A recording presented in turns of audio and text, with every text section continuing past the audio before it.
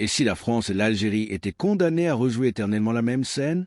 Une pièce où chaque génération rejoue les blessures des précédentes, où la politique remplace les excuses, et où le silence devient plus lourd que les mots? Depuis quelques semaines, une voix résonne dans l'hémicycle français, provoquant autant d'applaudissements que de crispations. Celle de Guillaume Bigot, député et polémiste connu pour ses prises de position tranchées. Son discours sur l'Algérie n'a laissé personne indifférent. Ce jour-là, dans l'enceinte solennelle de l'Assemblée nationale, Bigot s'est levé pour dénoncer ce qu'il appelle l'apaisement stérile de la diplomatie française. Selon lui, Paris s'est trop souvent tu face aux provocations, trop souvent plié face à un régime qu'il juge autoritaire.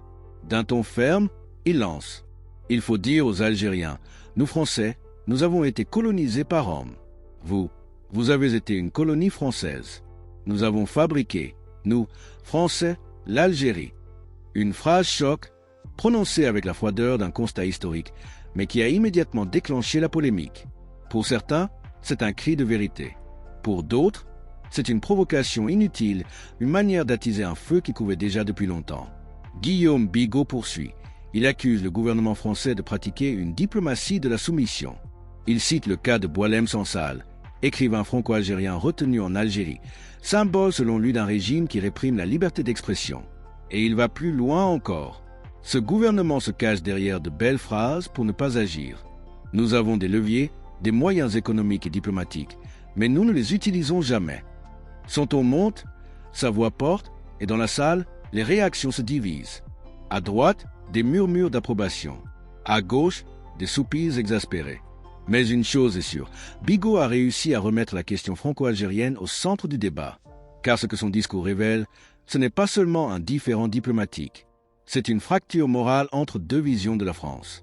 D'un côté, ceux qui estiment que la France doit assumer son passé sans s'y enfermer. De l'autre, ceux qui pensent qu'il est encore trop tôt pour parler de fermeté, tant que les blessures de la colonisation ne sont pas entièrement refermées. Guillaume Bigot, lui, assume sa ligne. Nous ne devons plus nous excuser d'exister.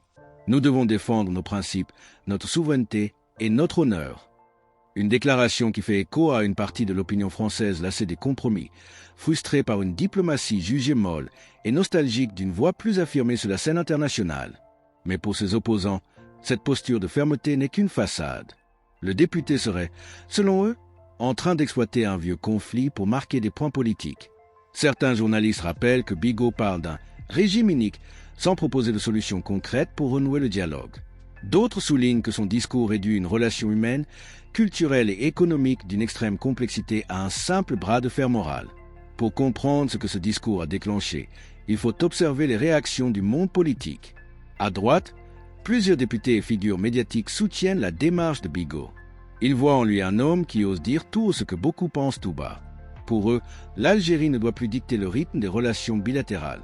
La France doit poser ses conditions, conditionner ses aides et surtout exiger le respect de ses ressortissants et de ses principes. Un député du même courant a même déclaré: « Ce n'est pas à la France d'avoir peur de froisser Alger.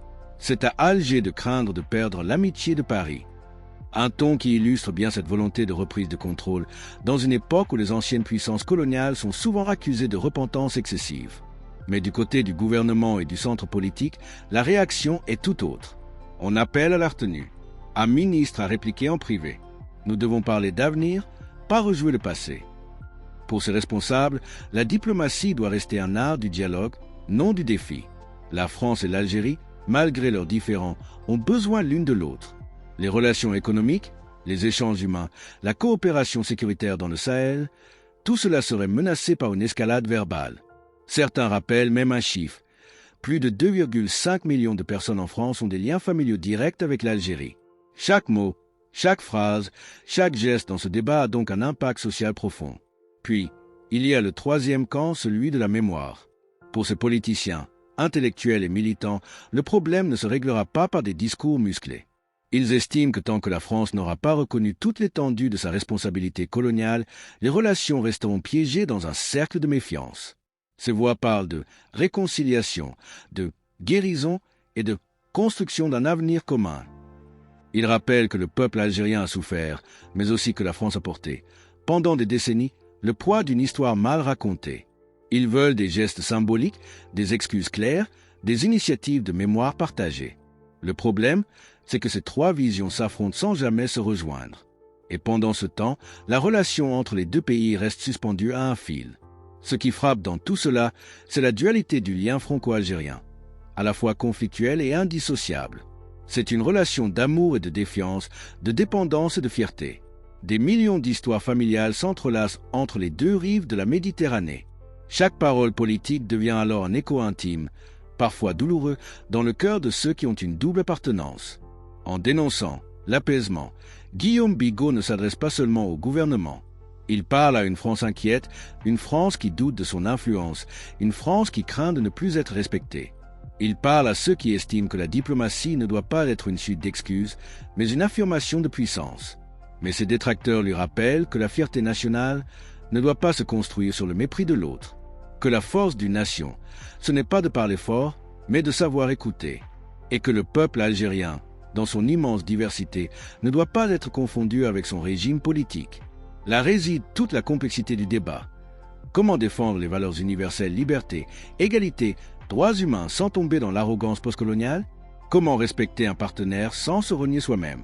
Les relations franco-algériennes sont comme un miroir déformant de l'histoire. Chacun y voit sa vérité, son injustice, son orgueil. Et peut-être que c'est cela, le véritable enjeu du discours de Guillaume Bigot. Forcer les deux nations à se regarder à nouveau, à se parler franchement, à cesser les faux-semblants.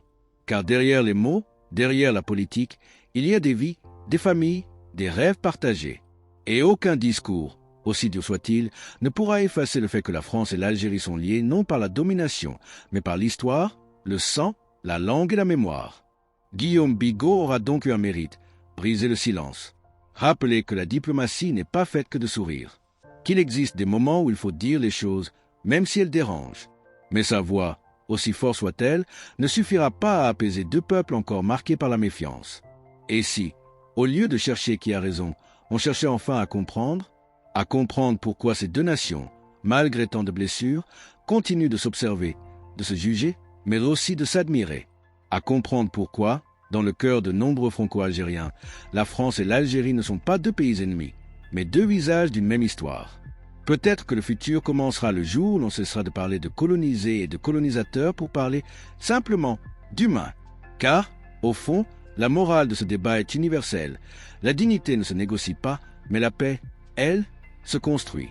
Et cette paix, fragile, douloureuse, mais possible, ne dépend ni d'un discours, ni d'un homme.